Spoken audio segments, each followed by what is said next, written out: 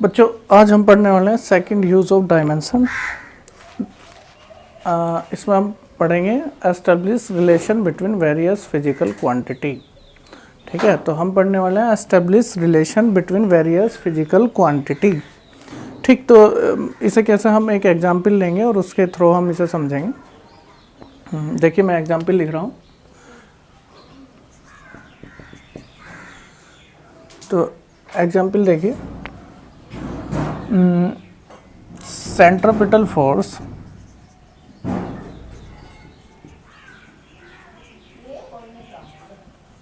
F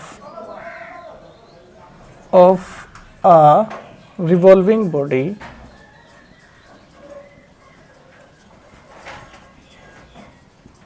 is depend on mass m, velocity v, and radius of path r. Then find formula for centripetal force. तो इस type का question होगा, एक बार फिर सुन लीजिए। देखिए क्या है क्वेश्चन, है कि centripetal force of a revolving body, मतलब कोई बॉडी है जो रिवॉल्व कर रही है ना सर्कुलर पाथ।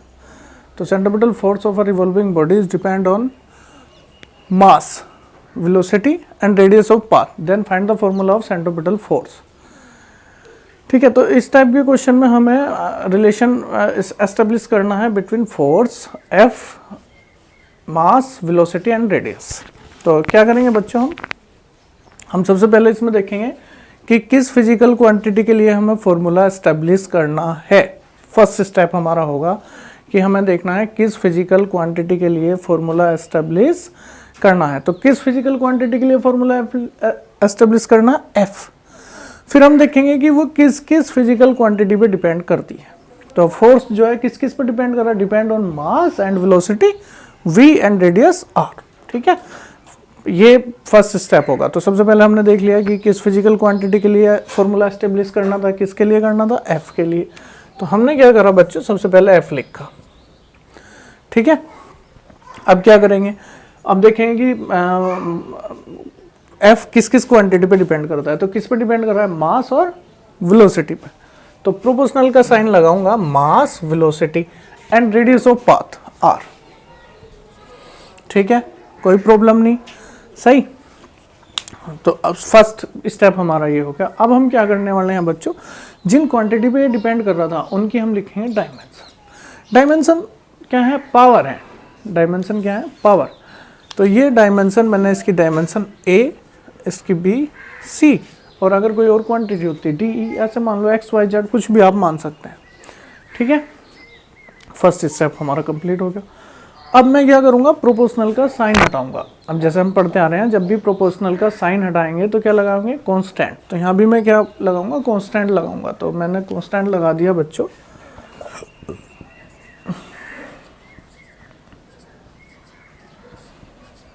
ठीक है, स्टेप बाय स्टेप अगर आप याद रखोगे तो बहुत ही चीज़ें समझ में आएगा। मेरी गारंटी है आप अभी दूसरा क्वेश्चन करोगे, बस इस पूरी वीडियो को आपको देखना है और उसके बाद आप अपने आप दूसरा क्वेश्चन, तीसरा क्वेश्चन ऐसे ही करोगे। ठीक है, तो सुनो, सबसे पहला स्टेप क्या है, हमें देखना है किस फिजिकल क्वांटिटी के लिए फॉर्मूला एस्टेब्लिश करना है। फोर्स के लिए करना था यहाँ पे। दूसरा, वो किस किस फिजिकल क्वांटिटी पे डिपेंड करती है, मास, वेलोसिटी और रेडियस पे। उनकी क्या मान लेंगे, डायमेंशन ए, बी, सी। और फिर क्या करेंगे, प्रोपोर्शनल का साइन हटा देंगे। प्रोपोर्शनल का साइन हटाओगे तो क्या लगाओगे, कांस्टेंट। और यहाँ पे कांस्टेंट क्या है, के। के क्या है, प्रोपोर्शनल कांस्टेंट है बच्चों। जो प्रोपोर्शनल कांस्टेंट होगा उसकी हम कोई डायमेंशन नहीं लिखेंगे। नोट कर लो, समझ लो कि जो प्रोपोर्शनल कांस्टेंट होगा उसकी कोई डायमेंशन नहीं होती। ठीक है, यहाँ तक कर लिया हमने। अब हम क्या करने वाले हैं, हम लिखेंगे dimension. Write the dimension of both our side. दोनों साइड की क्या लिख देंगे, डायमेंशन लिखेंगे। तो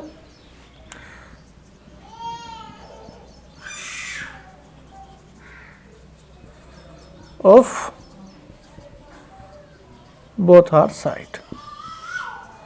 दोनों ओर की डायमेंशन हम लिखते हैं। ठीक है, पहले फोर्स की डायमेंशन आपको याद है mL_t-2। क्या है?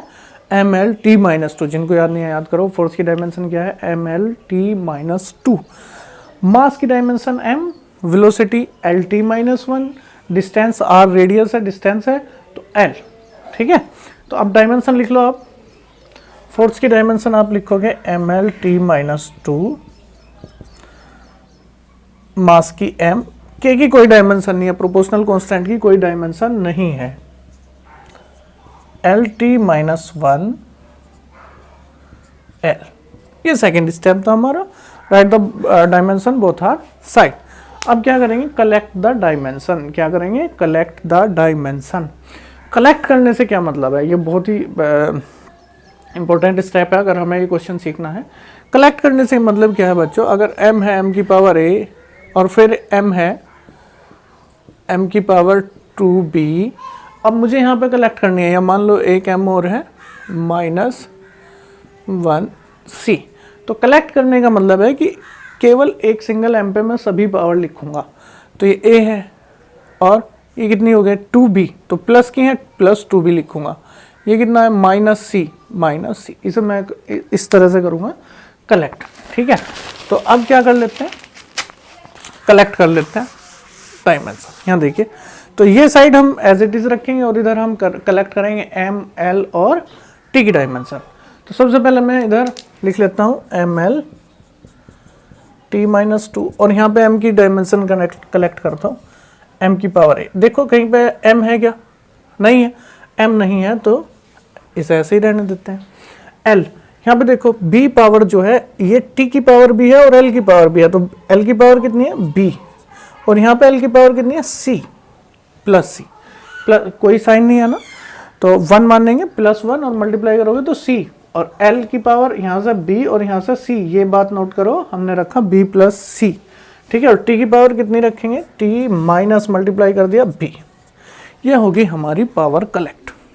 अब नेक्स्ट स्टेप क्या करेंगे? नेक्स्ट स्टेप में हम करेंगे compare of dimension of both our side, comparing the dimension. क्या करेंगे?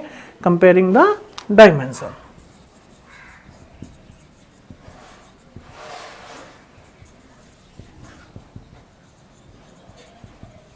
डायमेंशन की कंपेयर कैसे करेंगे? ये देखो m की पावर यहाँ पे देखो कितनी है? a लिखो। m की पावर यहाँ पे कितनी है? 1। कितनी है? 1। First equation. जब किसी के ऊपर पावर नहीं लिखी होती तो अंडरस्टूड है उसकी पावर 1 है। ठीक है, यहाँ पे l की पावर कितनी है? b + c। कितनी है? b + c। और यहाँ पे l की पावर कितनी है? 1। Equation second. यहाँ पे t की पावर कितनी है? -2। सॉरी, यहाँ पे कितनी है? -b, और यहाँ पे कितनी है? -2।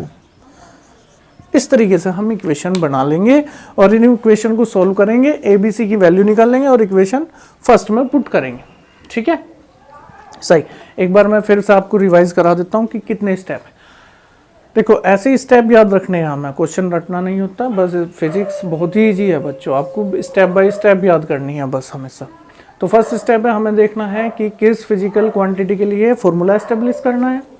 ठीक है, उसे लिखेंगे। नंबर 2, हम देखेंगे कि वो किस किस फिजिकल क्वांटिटी पे डिपेंड करती है, प्रोपोर्शनल का साइन लगा के उन्हें लिख देंगे और उनकी डायमेंशन मान लेंगे ए बी सी। ठीक है, अब प्रोपोर्शनल का साइन हटाओगे तो क्या लगाओगे? प्रोपोर्शनल कांस्टेंट के। आप कुछ भी लगा सकते हो, X Y Z A B C D जो, लेकिन उसकी कोई डायमेंशन नहीं होगी। ठीक है, अब क्या करेंगे? दोनों साइड की डायमेंशन लिखेंगे, फिर डायमेंशन कलेक्ट करेंगे और फिर क्या करेंगे? डायमेंशन के कंपेयर करेंगे और कंपेयर करके एबीसी की वैल्यू निकाल के इस इक्वेशन में पुट करेंगे। फिर एक बार सुनो, सबसे पहले क्या कर देखेंगे? किसके लिए फॉर्मूला एस्टेब्लिश करना है। दूसरा क्या देखेंगे? वो किस किस पर डिपेंड करती है। ठीक है, उन्हें लिखेंगे प्रोपोर्शनल लगा के और उनकी डायमेंशन लिखेंगे ए बी सी। फिर क्या करेंगे? तीसरा स्टेप, प्रोपोर्शनल का साइन हटाओगे, कोई कांस्टेंट लगाओगे। चौथा स्टेप क्या करोगे? दोनों और की डायमेंशन लिखोगे, write the dimension both our side. फिर क्या करोगे? पांचवा स्टेप, डायमेंशन को कलेक्ट करोगे। क्या करोगे? कलेक्ट करने का स्टेप सबसे इंपॉर्टेंट है और यहीं पर बच्चा गलती करता है। ठीक है, तो कलेक्ट हमें ध्यान से करनी है जैसे मैंने सिखाई है। फिर सिक्स्थ स्टेप क्या करोगे? कंपेयरिंग करेंगे और कंपेयरिंग करके जो एबीसी की वैल्यू आएंगी उन्हें कहाँ पुट करेंगे? Equation first. ठीक है, तो बच्चों हमारे पास 3 इक्वेशन होगी। अब मैं क्या करता हूँ, देखो b की वैल्यू यहाँ पे पुट करूंगा तो c निकल गया होगा, तो फ्रॉम इक्वेशन सेकेंड b की वैल्यू +2 होगी बच्चों, 2 + c = 1, c = 1 - 2 और c = हो गया यहाँ पे 1 - 2, तो c = हो गया -1, c = कितना हो गया -1। ठीक है भाई, b की वैल्यू 2 यहाँ पे पुट करोगे, 2 को इधर ले जाओगे -2, तो c = -1, c = -1। ये सभी मैं यहाँ पे लिख देता हूँ,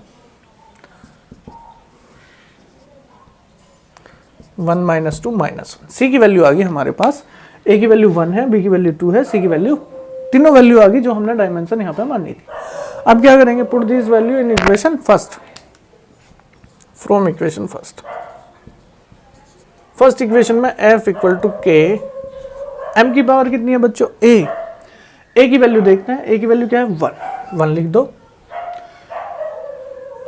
v की पावर कितनी है b की वैल्यू देखते हैं, b की वैल्यू कितनी है 2, r की पावर कितनी है c की वैल्यू कितनी है -1।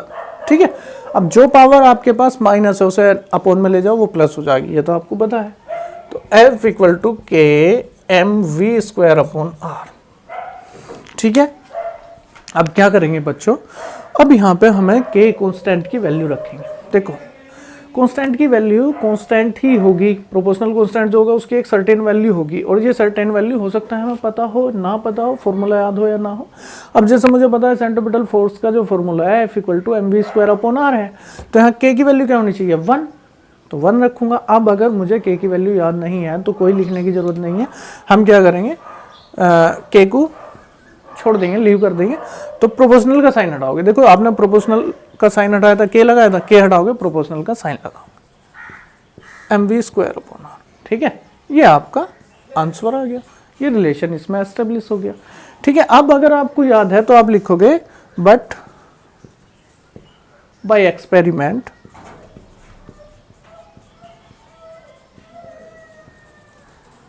k = 1 और यहाँ पे f = हो जाएगा mv²/r। लेकिन अगर k की वैल्यू आपको याद है तभी लिखेंगे, नहीं है तो रिस्क लेने की जरूरत नहीं है, k छोड़ दो, प्रोपोर्शनल का साइन लगाओ। ठीक है, फिर एक बार से रिपीट करते हैं बच्चों, सबसे जरूरी है इस क्वेश्चन में हमें स्टेप याद करने हैं। फर्स्ट स्टेप हमें क्या देखना है, बताओ कि किस फिजिकल क्वांटिटी के लिए हमें फॉर्मूला एस्टेब्लिश करना है, किस फिजिकल क्वांटिटी के लिए फॉर्मूला एस्टेब्लिश करना है। तो सवाल को पढ़ के पता चलेगा। Centripetal force F of a revolving body is depend on mass m, velocity v and radius of path r। ठीक है, then find the formula for centripetal force. तो किसके लिए, सेंट्रीपिटल फोर्स के, तो आपने सेंट्रीपिटल फोर्स लिख दिया। अब देखना है कि ये किस किस क्वांटिटी पे डिपेंड करेगा। सेकंड स्टेप, तो किस किस पे डिपेंड कर रहा है, मास पे, वेलोसिटी पे और रेडियस पे। सिंपल दिखाई दे रहा है क्वेश्चन में, तो मास, वेलोसिटी और रेडियस, इनकी डायमेंशन अपनी साइड से मान लेंगे a b c। प्रोपोर्शनल का साइन हटाओगे तो क्या लगाओगे, k क्या है, प्रोपोर्शनल कांस्टेंट है जिसकी कोई डायमेंशन हम नहीं लिखेंगे। ठीक है, k लगा दिया। अब क्या करोगे, write the dimension both our side, दोनों साइड की क्या लिख दोगे, डायमेंशन। फोर्स की डायमेंशन क्या है mlt-2, मास की क्या है m, वेलोसिटी की lt-1 और रेडियस की क्या है l। ठीक है, तो यहाँ पे देखो m की पावर a, l की पावर b, b यहाँ से l की पावर b और यहाँ से c, तो b + c, t की पावर -b। कलेक्ट कर लिया हमने डायमेंशन को। अब क्या करेंगे, कंपेयरिंग एक बार फिर देखो, m की पावर यहाँ पे कितनी है a, यहाँ पे कितनी है 1, तो a = 1। अब बच्चों एक बात सोच क्या देखते हैं कि यहाँ पे m है ही नहीं, मान लो इस फॉर्मूले में m ना होता तो क्या कर दे, तो यहाँ m की पावर कितनी है a और यहाँ m की कोई नहीं है, m नहीं है, तो यहाँ हम मान लेंगे m की पावर 0। तो कंपेयरिंग करेंगे a = 0। ठीक है, अभी तो यहाँ है तो a = 1। अब यहाँ l की पावर देखो कितनी है b + c और यहाँ पे कितनी है 1, तो b + c = 1। यहाँ देखो t की पावर कितनी है -b और यहाँ -2, तो b = -2 मतलब b = 2। b की वैल्यू यहाँ पे पुट करोगे आप 2 + c। ठीक है, मतलब c = 1 - 2 और यहाँ से c = -1।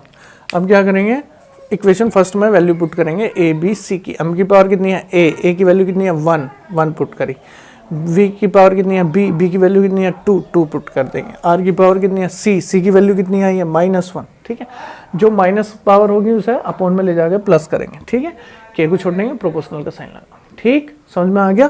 अब मैं आपको इस पे कुछ क्वेश्चन लिख के दे रहा हूँ, तो वो आपको अभी प्रैक्टिस करनी है, ठीक है। और अगर समझ में नहीं आते हैं तो आप मुझे कमेंट बॉक्स में बताएंगे क्या समझ में नहीं आया, कौन सी डायमेंशन याद नहीं। क्वेश्चन देखो,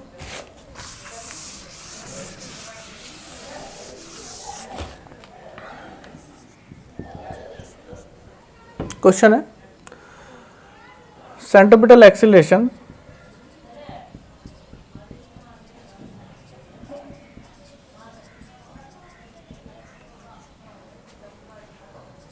of revolving body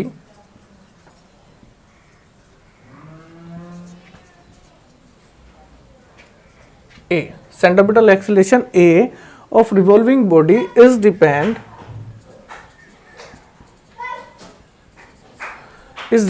on velocity v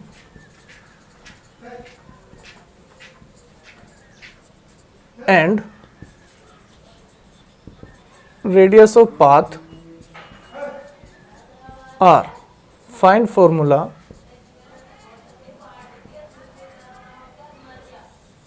for centripetal force, centripetal acceleration। बिल्कुल कूल माइंड हो के बच्चों, बिल्कुल जैसे पहला क्वेश्चन हमने करा है बिल्कुल उसी की तरह आप करेंगे, ठीक है। तो आपको एक्सीलरेशन के लिए फॉर्मूला एस्टेब्लिश करना है, किस पर डिपेंड करेगा, वेलोसिटी और रेडियस पे। अब आपको इनके डायमेंशन याद होनी चाहिए। तो आपको पता है, ये मैं फंडामेंटल कुछ डायमेंशन लिख रहा हूँ जो आपको पता होनी चाहिए। सबसे पहले सिंबल लिखते हैं। मास का सिंबल आपको पता है क्या होता है, एम। लेंथ का एल, लेंथ और डिस्टेंस, ठीक है। टाइम का ए, करंट टाइम का टी, करंट का ए, और टेम्परेचर का हमें याद करना है के। बस ये आपको 5 सिंबल याद रखने हैं, इनका बहुत ज़्यादा यूज होगा। मास, लेंथ, टाइम, करंट, टेम्परेचर। और हमें एक बात याद रखनी है कि रेडियस, आर्क, लेंथ, हाइट और आपकी ब्रेथ सब क्या होंगे, डिस्टेंस होंगी, जिनका सिंबल हम एल ही लिखेंगे। और कुछ फंडामेंटल डायमेंशन है, जैसे area L square, volume L cube, acceleration L T minus 2, velocity पहले लिखना था, वेलोसिटी एल टी माइनस 1। फिर फोर्स की हमें याद रखनी है, सबसे ज़्यादा यूज होगी एम एल टी माइनस 2। फिर वर्क हम याद करेंगे M L two T minus 2, और उसके बाद प्रेशर है। ये तो हमें ओरली याद रखनी है अगर हमें इस टाइप के क्वेश्चन करने हैं तो, ठीक है। तो मुझे विश्वास है आप इन्हें याद करोगे इस क्वेश्चन को करने से पहले। और इसमें आपको एक्सेलरेशन की जरूरत पड़ेगी, वेलोसिटी की जरूरत पड़ेगी, और रेडियस की क्या लिखेंगे, एल। वेलोसिटी आपको याद है एल टी माइनस 1, एक्सेलरेशन आपकी याद है एल टी माइनस 2, ठीक है। आराम से क्वेश्चन होगा, तो इस क्वेश्चन को करिए, ठीक है। और फिर आप इसका मुझे फीडबैक दीजिए कि आप पे क्वेश्चन करना आया है या नहीं आया है, आपकी समझ में आया है या नहीं आया, ठीक है बेटे।